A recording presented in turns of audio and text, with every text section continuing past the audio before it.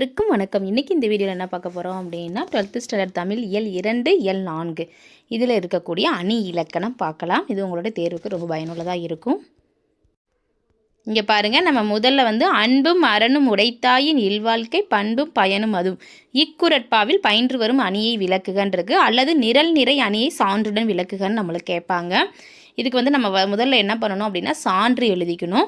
சான்று எதுனா அந்த குறளை எழுதிக்கலாம். அன்பும் மரணம் உடைத்தாயின் இல்வாழ்க்கை பண்பும் பயனும் அது அப்படின்னு சான்று எழுதிக்கலாம். இது குறட்பாவில் பயின்று வந்துள்ள அணி எது அப்படின்னு கேட்டாங்கன்னா நிரல் நிறை அணி ஆகும். இந்த மாதிரியே நம்ம எழுதிக்கலாம். இந்த மாதிரி கேள்விகள் எப்படி வேணாலும் நம்மளுக்கு கேட்பாங்க. சரியா? நிரல் நிறை அணியை சான்றுடன் விளக்குனாலும் எழுதிக்கலாம். இல்லை குறளை கொடுத்து இதில் பயின்று வரும் அணி எதுன்னு கேட்டாலும் நம்ம எழுதிக்கலாம். அடுத்து அணி இலக்கணம் எழுதணும். அணி இலக்கணம் என்ன அப்படின்னா நிரல் நிறை அணிக்கு இலக்கணம் என்ன? சொல்லையும் பொருளையும் வரிசையாக நிறுத்தி அவ்வரிசைப்படியே பொருள் கொள்ள செய்வது நிரல் நிறை அணி ஆகும்னு எழுதிக்கணும். அடுத்து அணி பொருத்தம் எழுதணும். அன்பும் அறமும் உடைய இல்வாழ்க்கைக்கு இணையாக பண்புடையதாகவும் பயன்மிக்கதாகவும் அது அமையும் என வரிசை முறைப்படி பொருள் கொள்ளுமாறு வருவதால் இது நிரல் நிறை அணி ஆயிற்றுன்னு எழுதிட்டு அன்பு பண்பு அரண் பயன் என்று நிரல் பட உள்ளதுன்னு எழுதிக்கலாம். சரியா? ரொம்ப முக்கியமான கேள்வி இது. அடுத்து பார்த்தோம் அப்படின்னா நம்மளுக்கு ஏகதேச உருவக அணி கொடுத்துருக்காங்க. அதாவது கீழ்காணும் குறளில் ஏகதேச உருவக அணி எவ்வாறு பயின்று வருகிறது என்பதை விளக்குகன்னு கேட்டிருக்காங்க. அதாவது சினம் என்னும் சேர்ந்தாரை கொள்ளி இனம் என்னும் ஏம புனையை சுரும் அல்லது ஏகதேச உருவக அணியை சான்றுடன் விளக்குக. எப்படி வேணாலும் நம்மளுக்கு கேள்விகள் வரலாம். அப்போ சான்று முதல்ல எழுதிக்கணும். சான்று எழுதுகிறப்ப அந்த குறளை எழுதிக்கிட்டு அதுக்கு கீழே இக்குறட்பாவில் பயின்று வந்துள்ள அணி ஏகதேச உருவக அணி ஆகும்னு எழுதிக்கலாம்.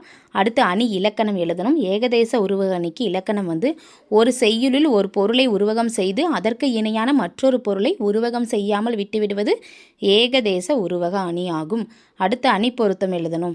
சினத்தை நெருப்பாகவும் இனத்தை தெப்பமாகவும் உருவகம் செய்த வள்ளுவர் உலக வாழ்க்கையை கடலாக உருவகப்படுத்தவில்லை. எனவே இக்குறளில் ஏகதேச உருவக அணி பயின்று வந்துள்ளதுன்னு எழுதிக்கலாம்.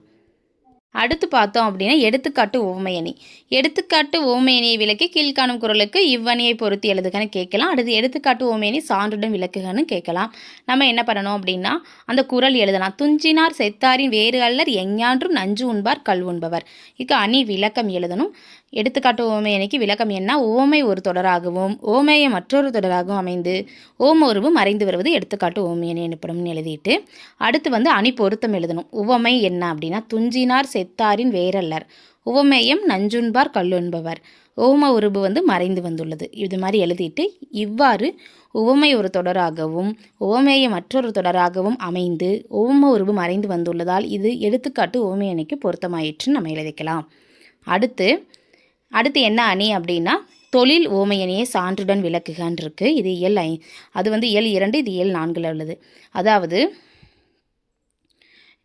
இதுவும் இயல் 4 தான்.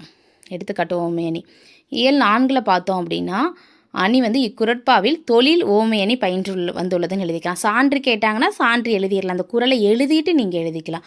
அகலாது அணுகாது தீக்காய்வர் போல்க இகழ்வேந்தர் சேர்ந்து ஒழுகுவார் அப்படின்னு அந்த குறளை எழுதிட்டு நீங்கள் எழுதணும். சான்றுடன் விளக்குகன்னு கொடுத்தாங்கன்னா குறள் ஏற்கனவே கொடுத்து கேட்டாங்க அப்படின்னா நீங்கள் அணி பயின்று வந்துள்ளதுன்னு மட்டும் எழுதினா போதும். அடுத்து அணி விளக்கம் எழுதணும். ஒரு தொழிலுக்கு மற்றொரு தொழிலை ஓமை காட்டி கூறுவது தொழில் ஓமையினை ஆகும். அடுத்து அணி பொருத்தம். அகலாது அணுகாது தீக்காய்தல் எனும் செயலானது தொழில் வேந்தனோடு பழகும் முறைக்கு தொழில் உவமையாக கூறப்பட்டுள்ளது. எனவே இது தொழில் ஓமை அணிக்கு பொருத்தமாயிற்றுன்னு எழுதிக்கலாம். அடுத்து நம்ம பார்க்கக்கூடியது சொற்பொருள் பின்வரும் நிலையணி. இதை சான்றுடன் விளக்குகன்னு கேட்கலாம். அல்லது குறள் கொடுத்து பயின்று வரும் அணி இது குறளில் பயின்று வரும் அணியை விளக்குகன்னு கேட்டாங்கன்னா இந்த மாதிரி எழுதிக்கலாம். முதல்ல சான்று எப்பொருள் யார் யார்வாய் கேட்பினும் அப்பொருள் மெய்ப்பொருள் காண்பது அறிவு. இக்குறட்பாவில் பயின்று வரும் அணி சொற்பொருள் பின்வரும் நிலையணின்னு எழுதிட்டு அணி விளக்கம் எழுதணும். செய்யுளில் வந்த சொல்லை மீண்டும் மீண்டும் ஒரே பொருளையே தருவது சொற்பொருள் பின்வரும் நிலையணியாகும் எழுதிட்டு அடுத்து அணி பொருத்தம். இக்குறளில் பொருள் என்னும் சொல் மீண்டும் மீண்டும் கருத்து என்ற ஒரே பொருளையே தருகிறது. எனவே இது சொற்பொருள் பின்வரும் நிலையணிக்கு பொருத்தமாயிற்று. அடுத்து இன்னொரு எடுத்துக்காட்டு இருக்குது பாருங்கள். அதாவது சொற்பொருள் பின்வரும் நிலையினை சான்றுடன் விளக்குன்னு கேட்டால் சான்று அப்படிங்கிறது முதல்ல அணி விளக்கம் எழுதிக்கணும். சொற்பொருள் பின்வரும் நிலையணிக்கு அடுத்து சான்று இந்த குறளை எழுதிக்கலாம். எண்ணிய எண்ணியாங்கு எய்துவ எண்ணியார் திண்ணீராக பிரின். இந்த குறளும் சொற்பொருள் பின்வரும் நிலையணி தான். அப்போ அணி பொருத்தம் எழுதிக்கலாம். இக்குறளில் எண்ணிய என்னும் சொல் மீண்டும் மீண்டும் வந்து நினைத்த என ஒரே பொருளையே தருகிறது. எனவே இது சொற்பொருள் பின்வரும் நிலையணிக்கு பொருத்தமாயிற்று நம்ம எழுதிக்கலாம். அடுத்து உவமையணி. உவமையணியை சான்றுடன் விளக்குக. அதாவது அல்லது உடன்பாடு இராதவர் வாழ்க்கை குடங்கருள் பாம்போடு உடன் உறைந்தற்ற. இந்த குறளில் பயின்று வரும் அணியை விளக்குகன்னு கேட்டுறாங்கன்னா முதல்ல சான்று எழுதிக்கணும்.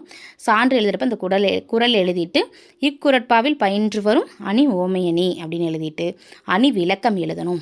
அணி விளக்கம் வந்து செய்யுளில் ஓமை ஒரு தொடராகவும் உவமையை மற்றொரு தொடராகவும் அமைவது ஓமொருவு வெளிப்பட்டு வருவது ஓமையணி. அடுத்து அணி பொருத்தம். உவமை என்ன? குடங்கருள் பாம்போடு உடனுறைதல்.